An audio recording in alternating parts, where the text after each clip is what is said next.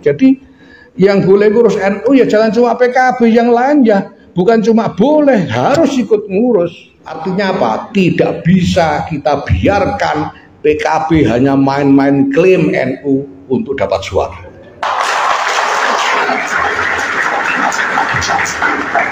Kalau mau dapat suara, dia harus bekerja secara rasional, memberikan maslahat yang nyata kepada rakyat supaya rakyat terpilih. Ini yang ingin kita lakukan. Kita ini ingin pertama mendapatkan partisipasi dari semua pihak dan memberikan pelayanan kepada semua pihak. Dan semuanya harus mendapatkan kewajiban dan hak yang proporsional. Karena kita harus adil. Nah, yang saya katakan kepada partai-partai selain PKB ini, saya katakan bahwa ini ada warga NU yang ikut kalian juga. Kalian juga harus ikut bertanggung jawab untuk mengurus orang-orang NU ini. NU ini 50% dari seluruh penduduk Muslim Indonesia. Itu berarti ya praktis sekitar 50% dari Indonesia lah. Wong Indonesia itu 85% lebih Muslim. Ya kan? Jadi NU ini 50%-nya Indonesia. PKB cuma 10%. PKB itu cuma 10%. Berarti yang 10%, yang 40% ini kemana-mana. Ya ke PDI, Golkar, Gerindra dan lain-lain. Lah kalau PDI enak-enakan saja nggak mau ikut-ikutan ngurus kita kan, boleh enak dewe itu namanya. Golkar nggak mau ikut-ikutan mikir kita kan ya nggak bisa. Nah, makanya kita buka ini semuanya supaya semuanya juga ikut tanggung jawab. Ini NU ini urusan bangsa ini. Semua punya kewajiban untuk ikut berpartisipasi di dalam mengurus NU yang warganya nyatanya memang ya di mana-mana itu tadi. Jadi yang boleh ngurus NU ya jangan cuma PKB, yang lain ya bukan cuma boleh, harus ikut ngurus. Gitu, ndak bisa pokoknya PKB doang, jangan ikut, ndak bisa. Yang lain harus ikut. Gitu, karena mereka dapat suara dari warga NU juga. Nah, ini yang nalar yang kita kembangkan supaya kita adil, dan alhamdulillah dengan cara ini ternyata ini memang semua pihak itu nunggu. Mereka pikir tuh selama ini mereka nggak boleh ikut-ikutan ngurus NU, nggak boleh. Mereka pikir selama ini. Ya saya bilang tidak begitu. Semua wajib, bukan hanya boleh, wajib ikut mikir NU. Buktinya sekarang ini semuanya ngantri untuk bikin pekerjaan bersama NU. Hari ini Bapak, itu kalau ada menteri yang belum nemu ide pekerjaan bersama NU, nggak bisa tidur. Dia harus nyari apa ini yang jadi pekerjaan. Ini alhamdulillah. Ini masih banyak menteri yang ngantri. Kita ini yang sudah dapat ini menteri BUMN, menteri kelautan, menteri kehutanan, lingkungan hidup, menteri koperasi dan UKM, menteri agama belum. Saya suruh pending. Nanti kalau volume toanya dikecilkan. Biar aja ya. Jadi bercanda. Oke, nah Menko Ekonomi sekarang ini saya besok pagi balik ke Jakarta langsung kantor karena janji dengan Menteri Kepala Bappenas. Kemudian masih nunggu lagi. Pokoknya semuanya mau antri. Ya ini alhamdulillah ya. Dengan begitu nanti Bapak insya Allah ya.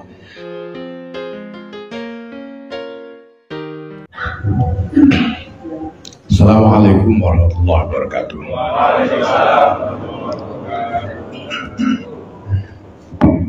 Alhamdulillah, wassalatu wassalamu ala rasulillah sayyidina Maulana Muhammadin bin Abdullah wa ala alihi wa sahbihi wa ala. Amma ba'd. Hadratil afadil para kiai, para pimpinan NU, muqaddimah panjenenganipun Wakil Rais Am Kiai Haji Anwar Iskandar, para kiai sanesipun kang rawuh, para pimpinan cabang, Kiai Makmun lan kanca-kanca saking cabang sanes menawi wonten ingkang rawuh. Saya lihat ada Pak Daim dari Blitar tadi, Ketua Tanzania Pengurus Besar Nahdlatul Ulama Pak Amin Said Husni. Beliau ini memang low profile, sampai-sampai ada yang belum kenal dengan beliau di sini. Padahal beliau ini anggota DPR RI 2 periode dari PKB, disusul Bupati Bondowoso 2 periode. Beliau ini memang yang paling saya andalkan untuk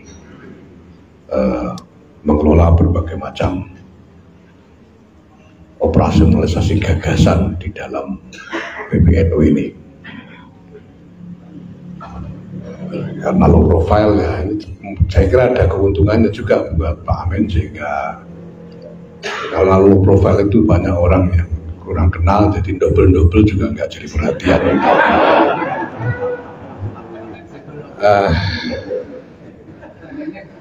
Bapak Ibu sekalian yang saya hormati, langsung saja beberapa hal yang saya laporkan. Pertama, bahwa sampai hari ini berarti kira-kira 2 bulan sesudah muktamar, PBNU telah berhasil mendapatkan agenda-agenda kerja yang sangat signifikan, sehingga insya Allah dalam eksekusinya nanti akan sudah membuat kita semua mulai dari PBNU sampai PCNU sibuk selama 5 tahun mendatang ini. Karena misalnya kita sudah dapat agenda kerjasama untuk pengerjaan sawit rakyat yang nanti akan melibatkan kira-kira sekitar 200 cabang seluruh Indonesia. Memang Jawa Timur tidak kebagian, mohon maaf. Ini untuk Sumatera, Kalimantan, Sulawesi, dan Papua. Yang itu sangat signifikan karena setiap cabang rata-rata akan mendapatkan fasilitas untuk 500 hektar. Itu berarti total sekitar 100.000 hektar dari 180.000 hektar target pemerintah setiap tahunnya. Dari tiap tahun nanti.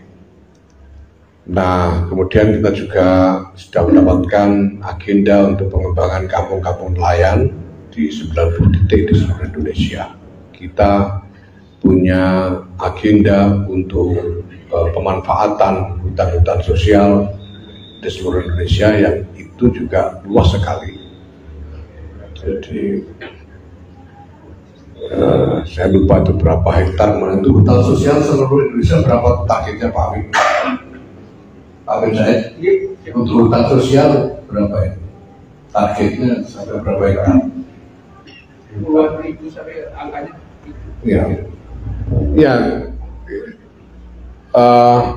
Karena luas sekali untuk hutan sosial. Untuk Jawa Timur saja itu ada kira-kira 5.000 hektar hutan sosial dengan pemanfaatan yang berbagai macam. Tentu tidak bisa semuanya untuk NU itu, karena harus dibagi-bagi dengan yang lain. Yang jelas ini memang besar sekali. Kemudian ada juga agenda-agenda yang akan lebih merata. Misalnya kita dapat agenda untuk mencetak ya, bukan hanya melatih, tapi mencetak 10.000 wira santri. Artinya mencetak itu ya sampai jadi pengusaha beneran, sampai punya usaha beneran, bukan cuma pelatihan kayak PKD, PKL Ansor gitu. Tapi sampai jadi wira swasta beneran. Itu targetnya 10.000. Dan bisa lebih, karena kita ditantang lebih sebetulnya, cuma karena seperti saya bilang di Bangkalan kemarin, ya karena belum pernah, kita ambil 10.000 dulu lah gitu. Nanti kalau mau tanduk ya tanduk gitu. Dan lain sebagainya Pak. Ini jadi cukup banyak yang sudah ada, dan yang masih ngantri ya juga ada beberapa yang masih ngantri. Itu misalnya adalah program agenda yang kita agendakan bersama Kemenak misalnya, ya nanti eksekusinya itu sampai ke MBC gitu, untuk setiap kecamatan. Nah, walhasil insya Allah ini belum semuanya bisa kita umumkan secara resmi karena masih banyak yang dalam proses. Belum nanti yang dengan BUMN, yang dengan pihak-pihak swasta, yang banyak sekali yang belum kita urus. Yang sudah ada sampai hari ini saja ini sudah akan membuat kita sibuk dalam 5 tahun yang akan datang. Memang yang kita dapat sekarang ini hampir semuanya ini terkait dengan peluang untuk mendapatkan revenue, artinya mendapatkan sumber penghasilan untuk organisasi. Yang kemudian nanti penghasilan dari ini semua akan kita gunakan untuk membiayai program-program kita yang memang membutuhkan pengeluaran. Kayak dakwah itu nggak ada untungnya, kita mengeluarkan biaya. Lalu pendidikan itu juga kita keluar biaya. Nah, itu penghasilan ini kita gunakan untuk itu. Ini prinsip yang pertama. Yang kedua, karena kita ini bukan organisasi bisnis, maka penerima keuntungan paling besar nanti harus warga, individu warga, dan bukan lembaga organisasi. Nah, jadi misalnya gini ya, kita sudah buat skemanya, karena ini nanti akan menyangkut bisnis-bisnis yang cukup besar. Alhamdulillah kita sudah buat skema untuk pengelolaan bisnisnya. Bapak itu sudah mendengar tentang kerjasama dengan pemerintah dalam bentuk pembentukan badan-badan usaha milik NU atau BUMNU yang ditargetkan 250 BUMNU itu. Nah, tapi kita mau buat skemanya sedemikian rupa sehingga pertama individu-individu warga yang paling akan dapat keuntungan paling besar.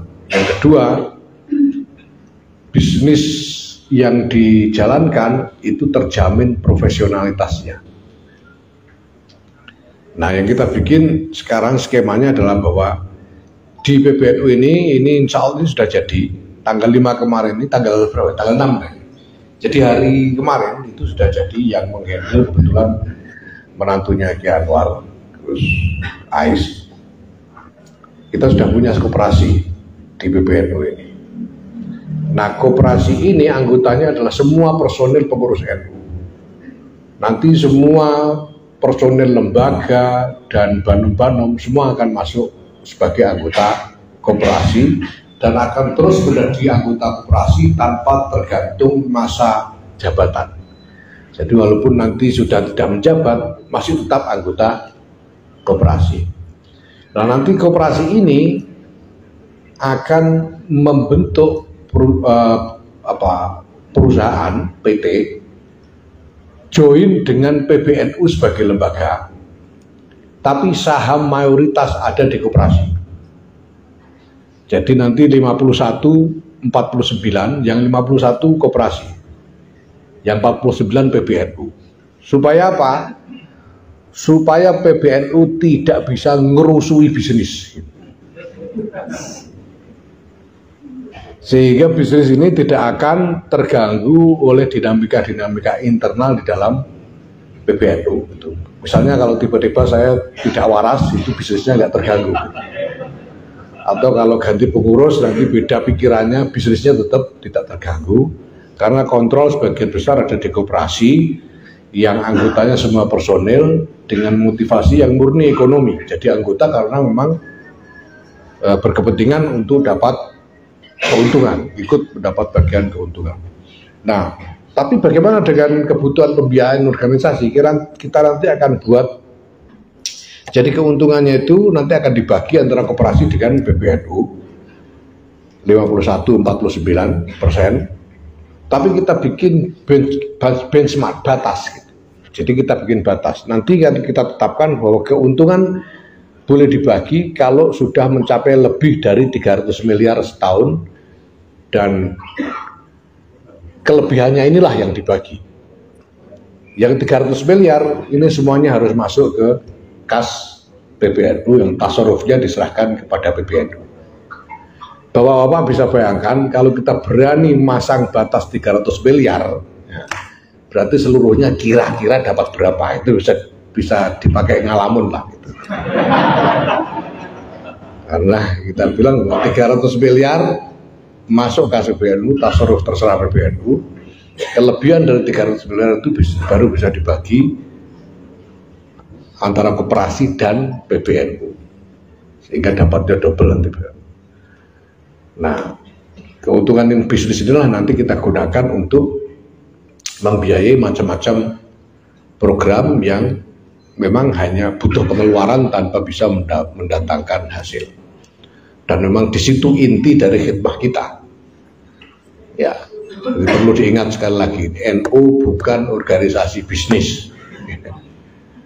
NU ini organisasi sosial keagamaan, istimaiyah, diniyah, istimaiyah. Ya, program kita sebenarnya ya program istimaiyah, diniyah. Nah, kita lakukan bisnis ini untuk dapat sumber pembiayaan bagi program-program itu. Nah, nanti perusahaan ini yang dibuat join antara koperasi dengan PBNU akan menjadi holding company yang kemudian bekerja sama dengan PW-PW dan PC-PC untuk membuat BUMNU daerah. Nah, caranya koperasi nanti akan membuat cabang-cabang koperasi di daerah. Jadi supaya cepat, nanti koperasi di PBNU ini yang akan buka cabang di PW dan PC. Anggotanya di cabang-cabang itu adalah para personil pengurus PW dengan banum-banum di tingkat PW, pengurus PC dengan banum-banum di tingkat PC. Nanti koperasi cabang koperasi di PW dan PC ini bekerja sama dengan BUMNU pusat untuk membuat BUMNU daerah dan mengelola berbagai macam bisnis yang nantinya kita distribusikan ke daerah-daerah. Ini semua untuk menjaga pertama bahwa keuntungan ini betul-betul keuntungan yang menjadi hak organisasi betul-betul masuk ke organisasi. Tapi pribadi-pribadi juga tetap ya, pribadi-pribadi pengurus ini tetap punya hak untuk ikut mendapatkan keuntungan. Ya, tapi tidak boleh dimonopoli, semuanya harus punya hak yang sama. Semua harus punya yang sama sebagai anggota-anggota koperasi. Dan keanggotaan koperasi tidak tergantung masa jabatan, seumur hidup pokoknya. Tetap punya hak untuk menjadi anggota koperasi. Nanti itu ada aturan-aturan dalam keanggotaan itu, detailnya nanti. Nah, ini yang pertama. Kemudian yang kedua yang ingin saya laporkan adalah bahwa PBNU ini sekarang sedang menggodok sistem-sistem yang bisa menjadi wadah pengelolaan macam-macam program. Misalnya, kita mau bikin sistem untuk pengelolaan perguruan tinggi secara terpadu seluruh Indonesia, sehingga pengelolaannya nanti ini terkoordinasi oleh PBNU. Nanti ada sistemnya. Gitu. Nah, selama ini yang resmi perguruan tinggi didirikan atas nama NU itu ada 43 perguruan tinggi. Ya. Tapi dari 43 ini yang betul-betul sudah jalan secara normal, kurang lebih normal sebagai perguruan tinggi, dari 43 itu cuma 8. Selebihnya 35 itu ya layam mutu walayahya, alias orang mutu kakean biaya gitu. Nah, tapi kita buat sistem sedemikian rupa supaya nanti yang lain juga bisa terangkat standarnya, tapi di dalam koordinasi pengelolaan secara nasional. Begitu juga dengan madrasah-madrasah. Kita ini punya kira-kira sekitar 21.000 madrasah dan sekolah di lingkungan NU. Banyak yang pakai ma'arif, banyak yang pakai yayasan dan lain sebagainya, tapi di lingkungan NU. Tapi semuanya sudah diurus masing-masing, nggak jelas, udah karu-karuan, kita sampai bingung caranya. Nah nanti kan kita buat sistem dan kemudian kita rekrut, walaupun tidak sampai 21.000, kita rekrut sebagian dari itu untuk masuk sistem. Misalnya kita rekrut antara 3.000 sampai 5.000 madrasah targetnya untuk masuk sistem, dan kalau dia masuk sistem dia akan dapat keuntungan, kita akan kasih insentif gitu. Nah kalau ada yang belum masuk kepengen dapat insentif, ya silahkan masuk sistem dulu dengan syarat dan ketentuan berlaku, kira-kira gitu. Nah, nanti ini kita harapkan bisa memasukkan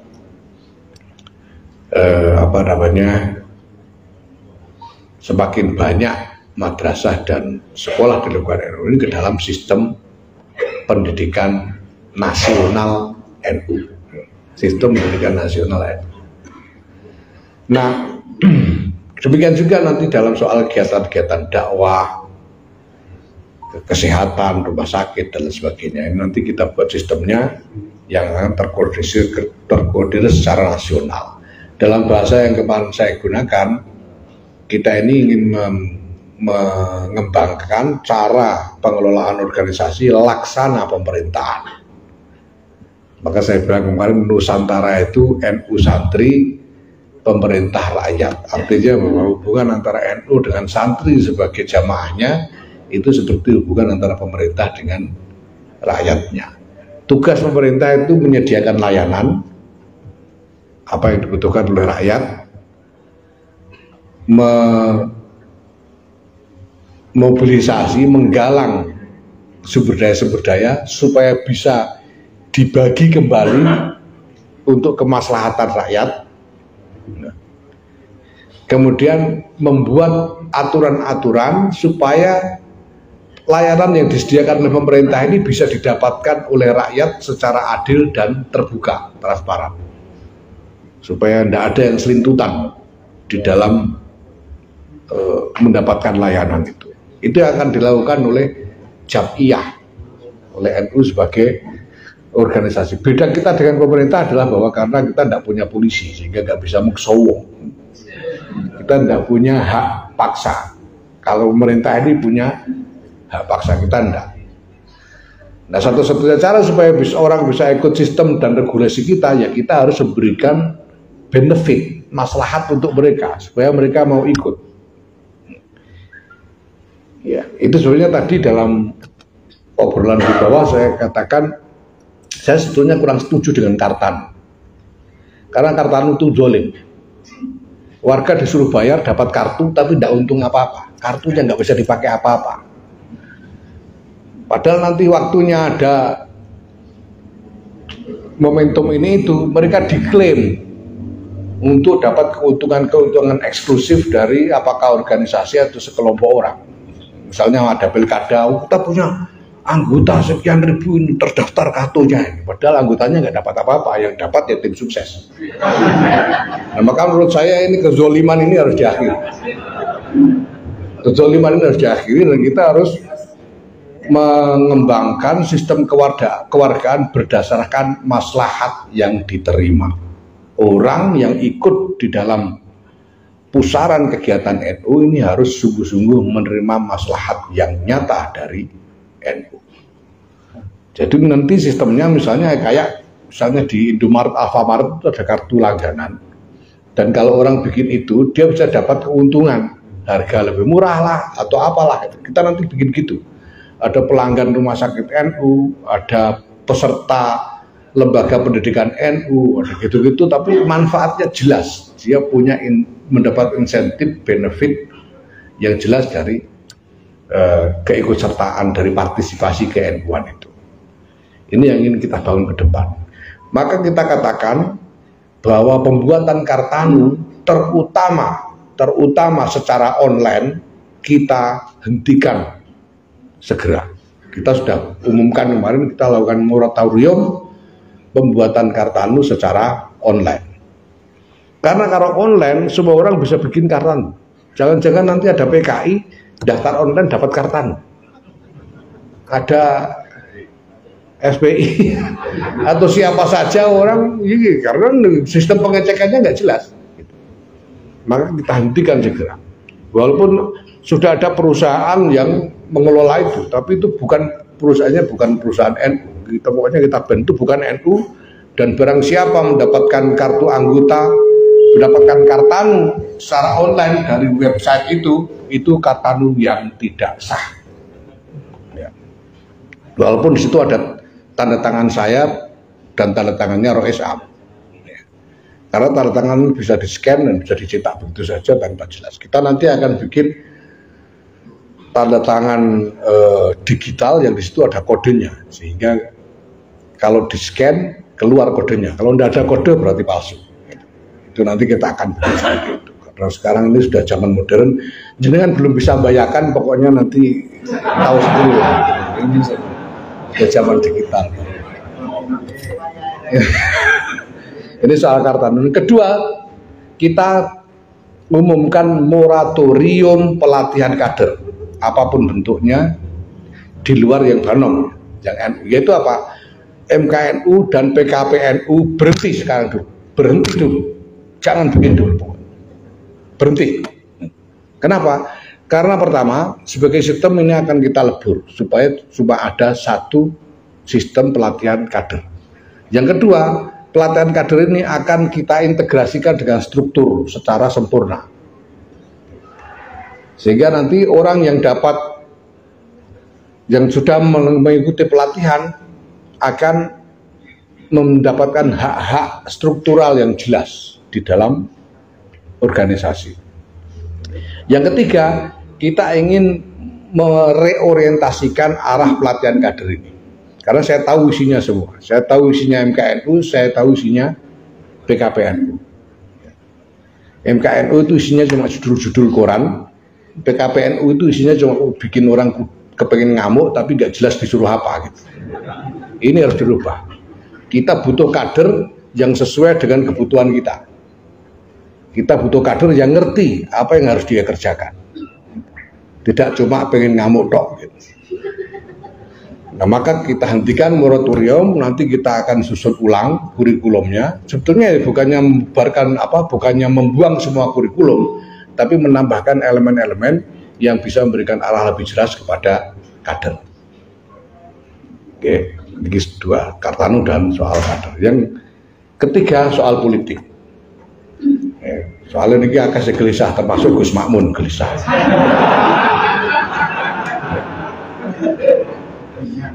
Oke, saya kemarin buat pernyataan bahwa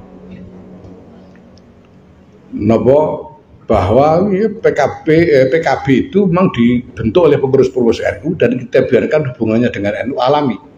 Tapi tidak bisa PKB menjadikan PBNU sebagai alat politiknya. Dan saya maksudkan bukan hanya PBNU tapi seluruh struktur NU. Artinya apa? Tidak bisa kita biarkan PKB hanya main-main klaim NU untuk dapat suara.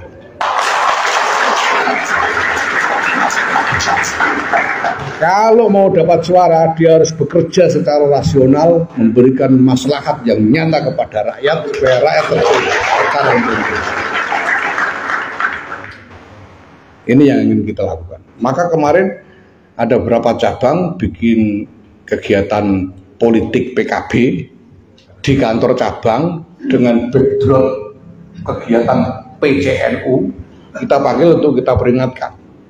Dan saya katakan ini peringatan lisan yang berlaku untuk semua cabang seluruh Indonesia. Kalau ada yang bikin begini lagi, langsung kita terbitkan surat peringatan tertulis tahap 1. Diulangi lagi tahap 2, diulangi lagi bekukan. Pokoknya tidak boleh. Nah, ya. Nah, apa namanya?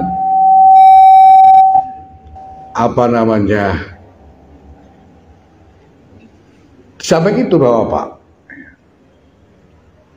Kita ini ingin pertama mendapatkan partisipasi dari semua pihak dan memberikan pelayanan kepada semua pihak. dan semuanya harus mendapatkan kewajiban dan hak yang proporsional, karena kita harus adil. Nah, yang saya katakan kepada partai-partai selain PKB ini, saya katakan bahwa ini ada warga NU yang ikut kalian juga. Kalian juga harus ikut bertanggung jawab untuk mengurus orang-orang NU ini. NU ini 50% dari seluruh penduduk Muslim Indonesia. Itu berarti ya praktis sekitar 50% dari Indonesia lah. Wong Indonesia itu 85% lebih Muslim. Ya kan? Jadi NU ini 50%-nya Indonesia. PKB cuma 10%. PKB itu cuma 10%. Berarti yang 10%, yang 40% ini kemana-mana. Ya ke PDI, Golkar, Gerindra dan lain-lain. Lah kalau PDI enak-enakan saja nggak mau ikut-ikutan ngurus kita kan. Golek enak dhewe itu namanya. Golkar nggak mau ikut-ikutan mikir kita kan ya nggak bisa. Nah, makanya kita buka ini semuanya supaya semuanya juga ikut tanggung jawab. Ini NU ini urusan bangsa ini. Semua punya kewajiban untuk ikut berpartisipasi di dalam mengurus NU yang warganya nyatanya memang ya di mana-mana itu tadi. Jadi yang boleh ngurus NU ya jangan cuma PKB, yang lain ya bukan cuma boleh, harus ikut ngurus. Gitu, ndak bisa pokoknya PKB doang, jangan ikut, ndak bisa. Yang lain harus ikut. Gitu, karena mereka dapat suara dari warga NU juga. Nah, ini yang nalar yang kita kembangkan supaya kita adil, dan alhamdulillah dengan cara ini ternyata ini memang semua pihak itu nunggu. Mereka pikir tuh selama ini mereka nggak boleh ikut-ikutan ngurus NU, nggak boleh. Mereka pikir selama ini. Ya saya bilang tidak begitu. Semua wajib, bukan hanya boleh, wajib ikut mikir NU. Buktinya sekarang ini semuanya ngantri untuk bikin pekerjaan bersama NU. Hari ini Bapak, itu kalau ada menteri yang belum nemu ide pekerjaan bersama NU, nggak bisa tidur. Dia nyari apa ini. Ini alhamdulillah. Ini masih banyak menteri yang ngantri. Kita ini yang sudah dapat ini menteri BUMN, menteri kelautan, menteri kehutanan, lingkungan hidup, menteri koperasi dan UKM. Menteri agama belum. Saya suruh pending. Nanti kalau volume toanya dikecilkan. Guyon aja ya. Jadi bercanda. Oke, nah Menko Ekonomi sekarang ini saya besok pagi balik ke Jakarta langsung kantor karena janji dengan Menteri Kepala Bappenas. Kemudian masih nunggu lagi. Pokoknya semuanya antri. Ya ini alhamdulillah ya. Dengan begitu nanti Bapak, insya Allah ya. Saya sudah nemu kuncinya, sudah saya buktikan. Ternyata NU ini kalau pekerjaan kita ini kita kerjakan beneran, enggak terlalu sulit, Buktinya ini Pak Said ya memang ya capek ya, sedikit kurang tidur lah 2 bulan ini. Pak Amin Said ini tulang punggung ya. Dia ngerjakin macam-macam negosiasi dengan kementerian, bikin skema kerjasama yang masuk akal macam-macam. Ini Pak Amin Said, Pak Nusron Wahid, Pak Saifullah Yusuf, Bu Alisa Wahid, Pak Arif Marbun, Pak Syahirul Falah, Pak Umar Syah. Ini luar biasa. Mereka memang banting tulang betul ini. Kira-kira ya sekitar bulan terakhir ini Pak Amin ya, banting tulang betul untuk memastikan semua ini jadi kerjaan beneran. Jadi beneran nyatanya loh. Ini sebentar lagi mudah-mudahan jenengan bisa merasakan bagaimana bedanya. Karena teman-teman ini sungguh-sungguh mau mengerjakan pekerjaannya. Dan ini memang yang saya cari. Ini memang saya cari. Bahkan saya bilang selalu ini yang saya butuhkan, yang saya ajak, yang saya butuh, yang saya tahu kemampuannya. Dan mereka saya ajak masuk dan saya nggak peduli orang mau ngomong apa. Itu saya bawa masuk Nusron tuh wow. Ini nggak peduli, saya butuh kok. Dan terbukti ya Pak Amin ya. Terbukti dia bisa kerja dan jadi kerjaannya. Saifullah Yusuf saya taruh sekjen, wow, termasuk Kediri ini.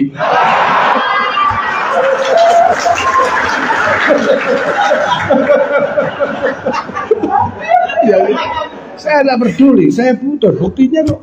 Ini semuanya ini di lapangan yang koordinir Saifullah Yusuf. Rangkaian kegiatan Harlah 4 titik yang dari ujung ke ujung Nusantara itu koordinatornya Saifullah Yusuf. Dia mampu kerjakan dengan baik gitu. Cari saya selain dia yang bisa begitu. Kalau ada sini saya ganti, saya pecat dia. Kalau tidak ada ya terima saja lah. Ini memang kerjaan. Kita butuh kerjanya. Orang-orang bilang sekarang saya bawa masuk Bu Khofifah sama Bu Alisa, katanya ini untuk kesetaraan gender. Bukan. Saya ajak masuk mereka ini karena saya butuh. Saya tahu kualitasnya Bu Khofifah, saya tahu kualitasnya Bu Alisa, saya tahu kualitasnya Ai Rahmayanti, wakil sekjen itu. Ini saya butuh mereka karena saya tahu pekerjaan yang harus dikerjakan. Dan tidak ada yang lebih baik dari mereka untuk pekerjaan yang saya butuhkan. Kalau ada yang lebih baik bawa sini, enggak ada kok. Ya mereka terima saja mereka yang kerja. Nah, jadi Bapak, kita ini punya pekerjaan yang sebetulnya kalau kita mau kerjakan beneran itu jadi. Kalau enggak jadi berarti enggak mau ngerjakan, gitu saja. Enggak mau ngerjakan atau tidak mampu ngerjakan, cuma mau gaya-gayaan jadi pengurus tok gitu. Ini kuncinya sebetulnya di sini. Nah, ini saya kira ini adalah etos yang saya ingin nanti bisa ditularkan di seluruh jajaran Nahdlatul Ulama sampai ke bawah. Saya kira ini yang bisa saya sampaikan. Mudah-mudahan ya nanti kita masih banyak kesempatan untuk terus komunikasi karena yang kita lakukan sekarang ini prinsipnya adalah menciptakan pemicu untuk konsolidasi menyeluruh. Saya sudah katakan ini waktu sebelum muktamar dulu lah, bahwa saya ingin gini, PBNU menggalang kerjasama dengan pihak lain, pemerintah atau swasta atau siapa di tingkat PBNU. Tapi agenda pekerjaan ini nanti dilaksanakan di cabang.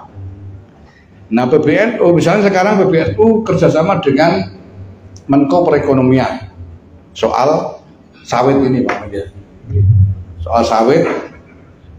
Tapi pekerjaannya di cabang. Nah PBNU harus bertanggungjawabkan kepada Kementerian Koordinator Perekonomian tentang pelaksanaan pekerjaan ini. Nah karena yang ngerjakan cabang, PBNU harus terus monitor cabang, monitor, evaluasi, advokasi terus. Nah karena PBNU monitor terus, ada komunikasi antara PBNU dengan cabang secara terus menerus. Di dalam komunikasi itu nanti pasti muncul macam-macam masalah yang harus diselesaikan, dan ini nanti secara keseluruhan akan semakin memperkuat konsolidasi kita di dalam satu kesatuan organisasi. Ini saya kira awalnya. Jadi nanti sudah ini, insya Allah kita akan memiliki kesempatan untuk berkomunikasi secara lumintu, secara kontinu. Dan itu berarti cabang secara kelembagaan, wilayah secara kelembagaan dengan PBNU secara kelembagaan. Jadi tidak usah maksa-maksa ketua umum datang.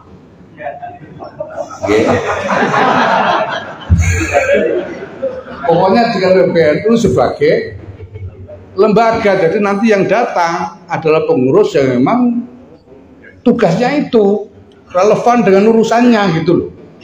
Tidak usah maksa ketua umum.